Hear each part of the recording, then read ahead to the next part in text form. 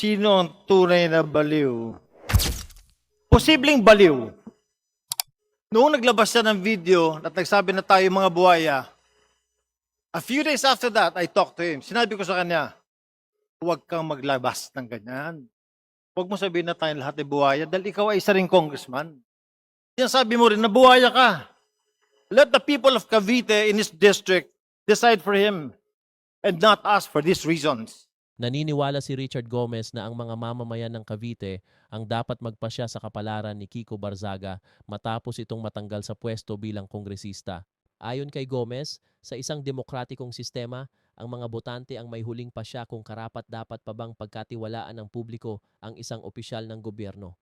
Giit niya, mas nararapat na ipaubaya sa taumbayan ang paghusga kaysa alisin sa pwesto ang isang halal na kinatawan nang hindi dumaraan sa desisyon ng mga botante.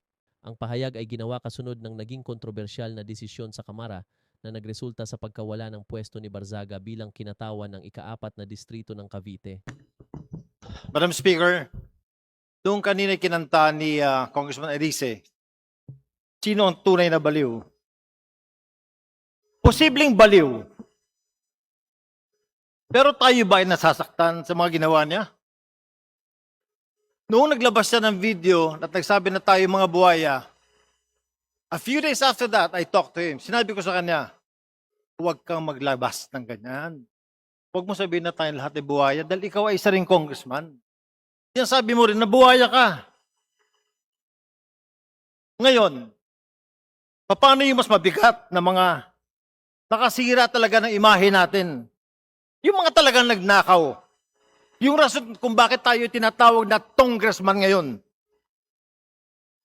Na tayo daw ay nagnanakaw sa mga flood control programs.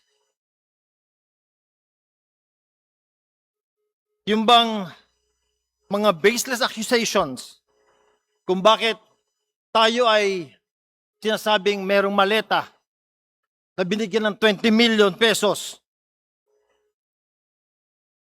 Dear colleagues, si Kiko ay binoto ng mga taga Cavite sa distrito niya. Hayaan natin na sila ang magtanggal sa kanya by not voting for him in the coming elections. Dear colleagues, let us examine ourselves. Tayo ba ay talagang napakalinis? Tayo ba ay hindi rin baliw paminsan-minsan? Meron din naman tayong mga colleagues dito na gumagamit ng social media. Kung ano-ano sinasabi sa atin. Minumura rin tayo paminsan-minsan. Diba? Discipline him. Reprimand him. Suspend him as much as you want. But for us to take him out, let us not put this action of expulsion in our own hands. Let the people of Cavite in his district decide for him and not us for these reasons.